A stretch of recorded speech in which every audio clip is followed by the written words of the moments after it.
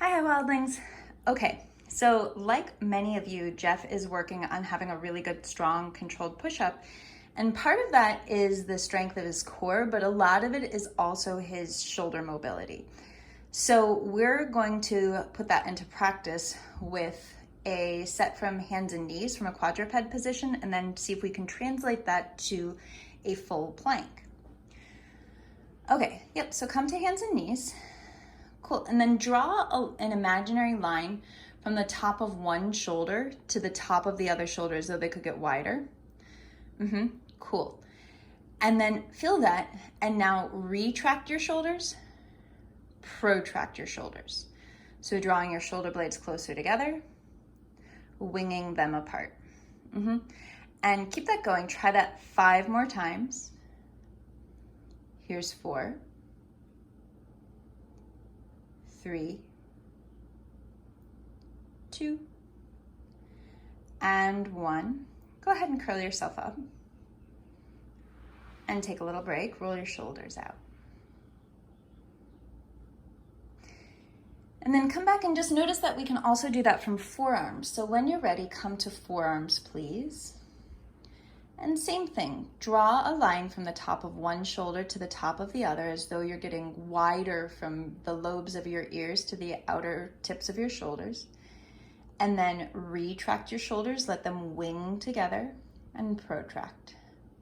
Retract and protract. Keep that going, please. And you might notice that in this position, it's easier to move your lower spine along for the ride.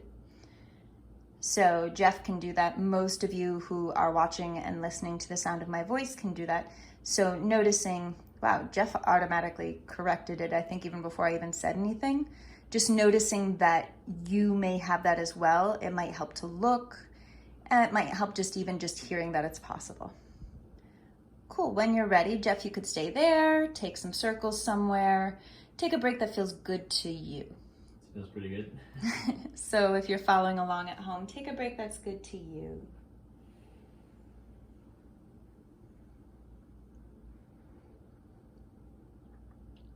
Cool. Whenever you're ready, come to a plank. Let's start from a forearm plank. So we just worked on a video, and Jeff, if you wanted to put your heels back at the wall so you get that closed chain support again, and have that sense of that axial extension. So if you just watched the video that we just worked on, it's that concept. If you haven't, I will put a link in the video to do this. And now Jeff, same thing here. You're gonna retract your shoulders, letting them glide towards each other, and protract. Yeah.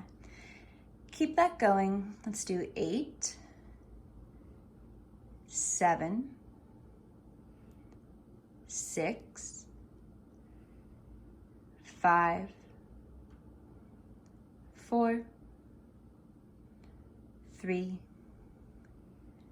2, and 1. Take a break, come off your shoulders and rest.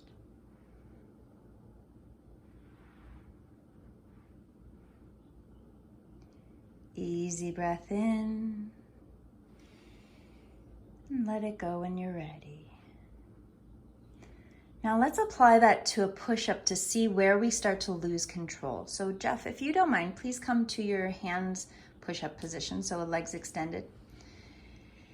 And then go ahead and do just a regular push-up any way that you would do it. Cool, come on out of it for a second. So like a lot of us, when Jeff does a push-up, he tends to go low because, right, that's a good push-up, is going low. Yeah, tough.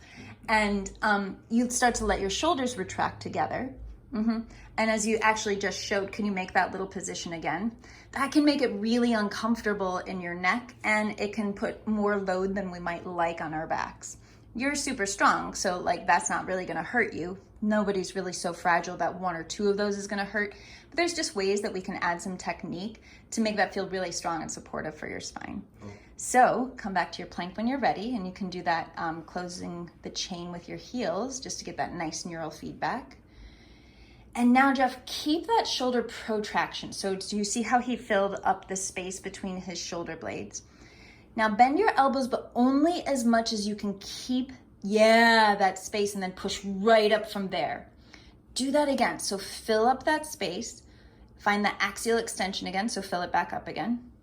Ooh, and now bend your elbows like 3 inches. Ooh, push back up, take a break. Cool. So that is how you can then start to build up the strength to have a plank supported so that when you're doing your push-ups, you can be starting to do a lot of them with quite a bit of shoulder control, with some shoulder mobility, but not so much that it's getting into your neck, it's moving your spine in ways that you don't like.